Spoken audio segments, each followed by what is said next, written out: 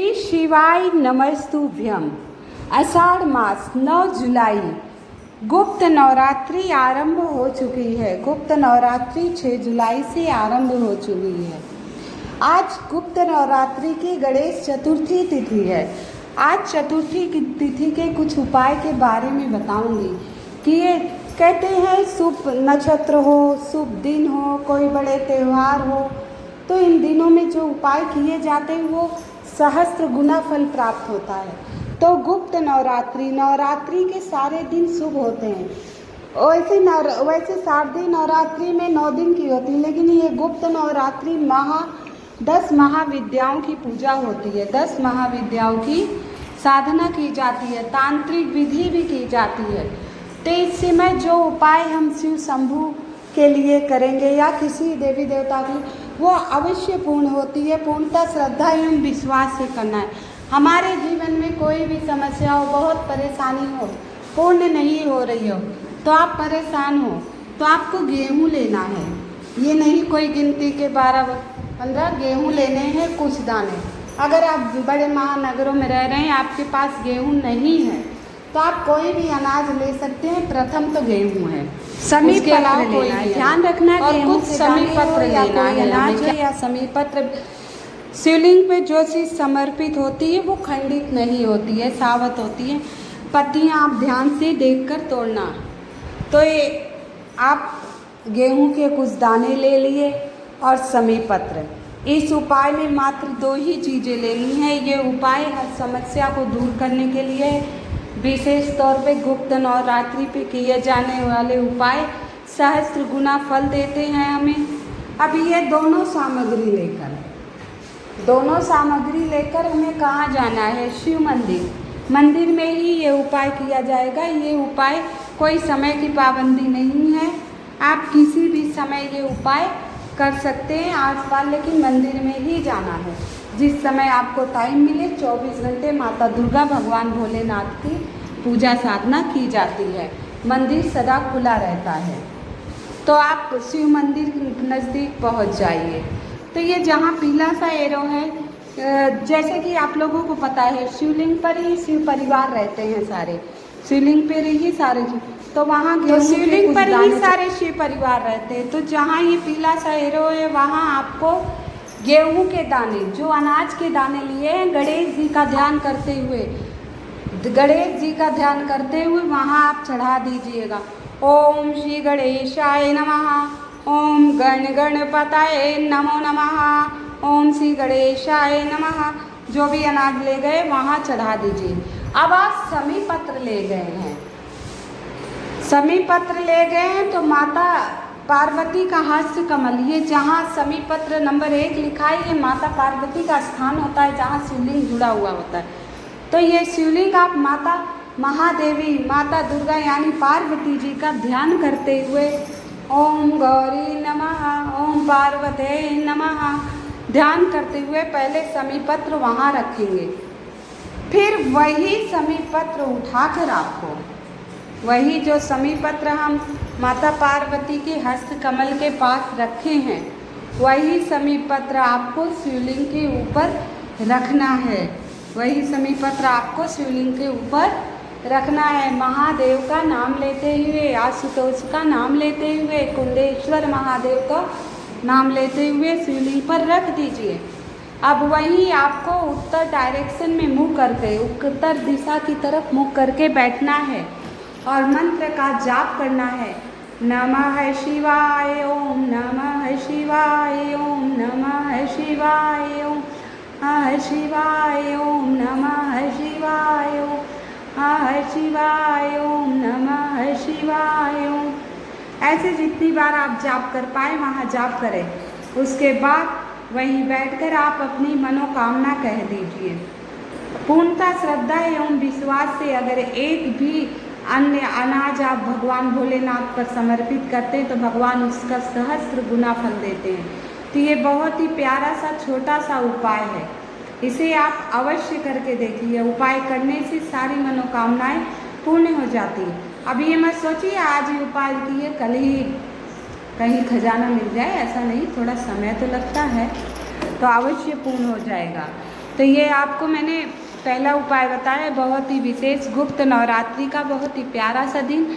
आषाढ़ का महीना चल रहा है, रिमझिम फुहार का मौसम है।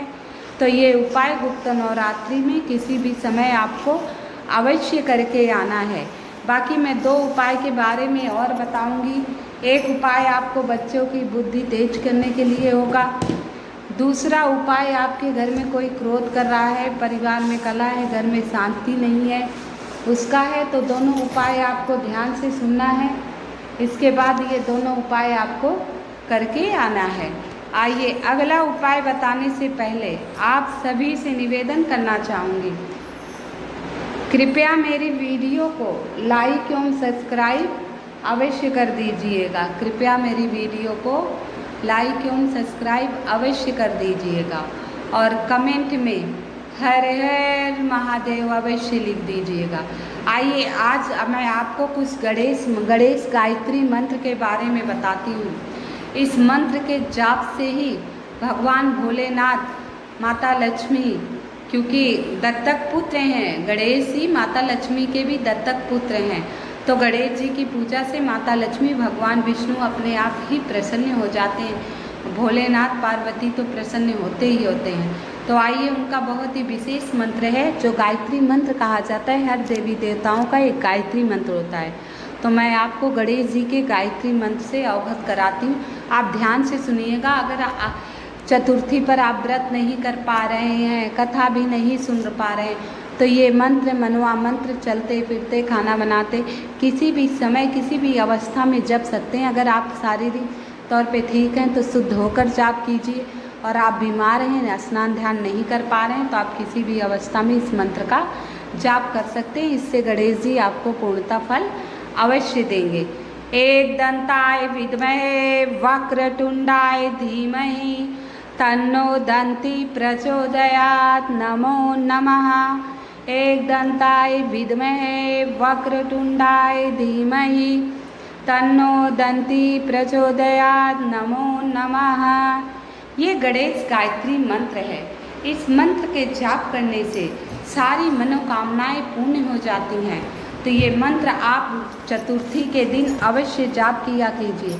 वैसे तो चतुर्थी की कथा अवश्य सुननी चाहिए। मैं पिछली वीडियो में चतुर्थी की कथा डाल रखा है, जिसे आप सुनकर मनन कर सुनने मात्र से सारी मनोकामनाएं पूर्ण होती हैं। विशेष तिथियों की कथा अवश्य सुननी चाहिए। आइए बहुत ही प्यारा सा, बहुत ही सटीक सा दूसरे उपाय की तरफ चलते हैं। बहुत ही छोटा सा है। इसमें हमें लेना है पीला चंदन। ध्यान रखिएगा, पीला चंदन, कुमकुम या लाल चंदन का उपयोग नहीं किया जाएगा, पीला चंदन। और दूसरी वस्तु है दुर्वा, जो भगवान गणेश जी को अत्यंत प्रिय है। तो हमें 7 दुर्वा ले लेना है। साफ सुथरा करके पीला चंदन ले लिए, 7 दुर्वा और 1 लोटा जल। और जोत बत्ती आपकी मर्जी हो तो लीजिए, नहीं मर्जी नहीं। वैसे जोत बत्ती तो सभी मंदिर जाते हैं, लेकर ही जाते हैं। तो पीला चंदन ले लिए, 7 दुर्वा ले लिए। अब ये दोनों सामग्री लेकर हमें शिव मंदिर में ही जाना है। कहाँ जाना है? शिव मंदिर। तो ये दोनों सामग्री लेकर आसपास नज़दीक जहाँ आपके शिव मंदिर हो वहाँ पहुँच जाइएगा। और 1 लोटा जल तो आपको ले ही जाना है, तांबे के लोटे में जल। उसमें शुद्ध गंगा जल डाल लेना है। अगर गंगा जल आपके घर पे नहीं है, तो कोई शुद्ध नदी का जल हो, सरजू का हो, गोमती का हो, तो उसे आप डाल सकते हैं, वो ले लीजिए। और लेकिन वो जल आप अपने 1 लोटा जल अपने रसोई घर से भर लीजिए और उसमें कुछ बूंदे पवित्र नदी का जल मिला दीजिए और शिव मंदिर ये सामग्री लेकर आप चले जाइए। तो आपको पहले क्या करना है, जो हम दुर्वा लेके गए हैं, वो गणेश जी के स्थान पर 7 दुर्वा 7 बार मयूर ध्वज के नाम से 7 दुर्वा आप चढ़ा देंगे। किसका नाम लेंगे? गणपति जी का एक नाम है मयूर ध्वज। क्या नाम है? मयूर ध्वज के नाम से हम ये 7 दुर्वा गणपति देव पर चढ़ा दिए। इसके बाद जो पीला चंदन लिए उसको गाढ़ा सा लेप कर लीजिएगा। गाढ़ा सा लेपन कर लेना है। गाढ़ा सा लेप कर लिए और शिवलिंग पर लगा दीजिए। पीला चंदन आप शिवलिंग पर लगा दीजिए। उसके बाद जो 1 लोटा जल आप ले गए हैं, श्री शिवाय नमस्तुभ्यम का जाप करते हुए जल शिवलिंग पर समर्पित करते जाइए और नीचे कटोरी रख दीजिए। तो वो पीला चंदन लगाएंगे तो पीला ही पानी आएगा, पीला ही जल शिवलिंग से जलाधारी से नीचे आएगा। तो उस कटोरी में आप ले लीजिए। लेने के बाद वहाँ बैठकर अपनी मनोकामना कहिए, कह दीजिए, हे प्रभु, जितनी मेरे सामर्थ्य, जितनी बुद्धि थी, जितनी आपकी कृपा मुझे थी, उस उपाय किया मैंने। मैं बेवकूफ़ हूँ, मूर्ख हूँ, अज्ञानी हूँ, मुझे जितना आता था करती हूँ। जो गलती हो, अपराध हो, सदा क्षमा करना, कृपा मुझ पर बनाए रखना और मेरी झोली खुशियों से भर दीजिए। फिर वो कटोरी का जल लेकर आप अपने घर पर आ जाइए और घर के हर एक कमरे में छिड़काव कर दीजिए। जिस व्यक्ति को क्रोध ज़्यादा आता है उस व्यक्ति के ऊपर भी छिड़काव कर दीजिएगा। मात्र इतना करने से आपकी सारी मनोकामनाएं पूर्ण हो जाएगी। ये 3 उपाय बताए, इसमें एक मंत्र था जो बहुत ही विशेष था, इसे अवश्य जाप कर लीजिएगा। एक बार पुनः आप सभी से निवेदन करना चाहूँगी, कृपया मेरी वीडियो को लाइक एवं सब्सक्राइब अवश्य कर दीजिएगा। कमेंट में हर हर महादेव अवश्य लिख दीजिएगा।